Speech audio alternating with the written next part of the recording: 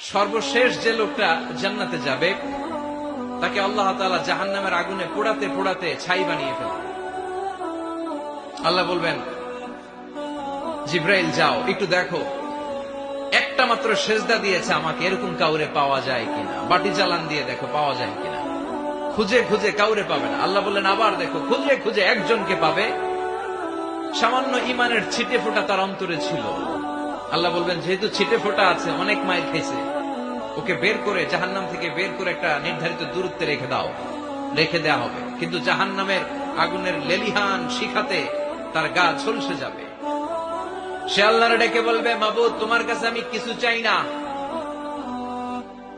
জাহান্নাম থেকে তুমি আমাকে বের করেছ, জীবন নদীর পানি তুমি আমার গায়ের মধ্যে ঢেলে দিয়েছ, আমি আবার সজীবতা ফিরে পেয়েছি। আমি তোমার কাছে জান্নাত চাই না, শুধু নিরাপদ একটা দূরত্বে আমাকে রেখে আসো, যাতে জাহান্নামের আগুন আমারে কষ্ট দিতে না পারে। আল্লাহ, আমি কিন্তু তোমার কাছে জান্নাত চাই না। কি চাই না? জান্নাত চাই না, কিন্তু জাহান্নামের আগুন আমারে কষ্ট দিচ্ছে, এতটা দূরত্বে রাখো যাতে জাহান্নামের আগুন আমার গায়ে না লাগে। আল্লাহ বললেন, ওকে রাখবো, কিন্তু আমার সাথে একটা কন্ট্রাক্টে যেতে হবে, যে এটা তোমাকে দিলে তুমি আর নতুন করে কিছু চাবা না।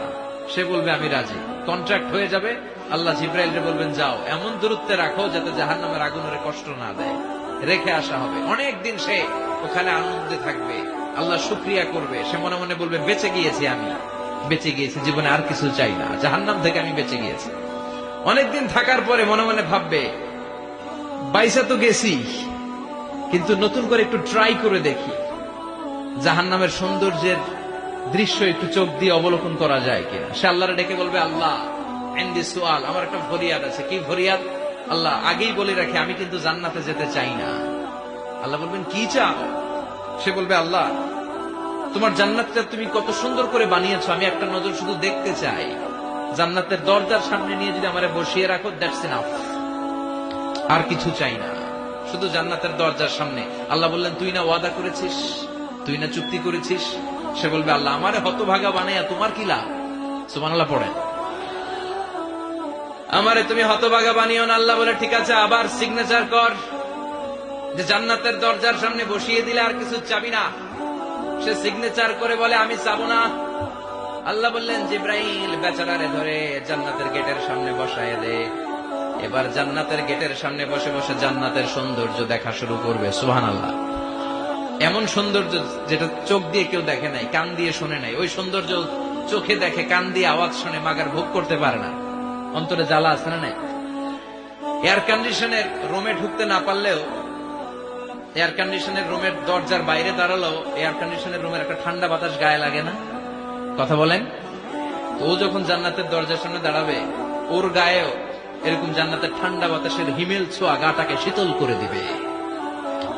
ওই শীতল হয়ে যাওয়ার পরে আর তো সহ্য হবে না, আবার আল্লাহরে ডাকবে। মনে মনে ভাববে, আর একটু ট্রাই করি না, দোষ কি, আস্তে আস্তে অনেক দূর তো আগাইছি। সুবহানাল্লাহ বলবেন না?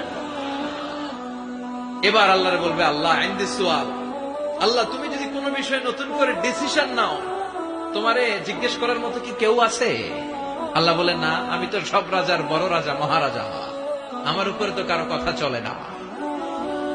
ওই হতভাগা লোকটা বলবে, আল্লাহ এত সুন্দর জান্নাত তুমি বানালাম, চোখ দিয়ে সৌন্দর্য দেখি, কান দিয়ে আওয়াজগুলো শুনি, হুর আর গেলমান হেঁটে বেড়ায়, এত সুন্দর জান্নাত চোখ দিয়ে দেখি, ঢুকতে পারি না, আমারে কষ্ট দিয়ে তোমার কি লাভ?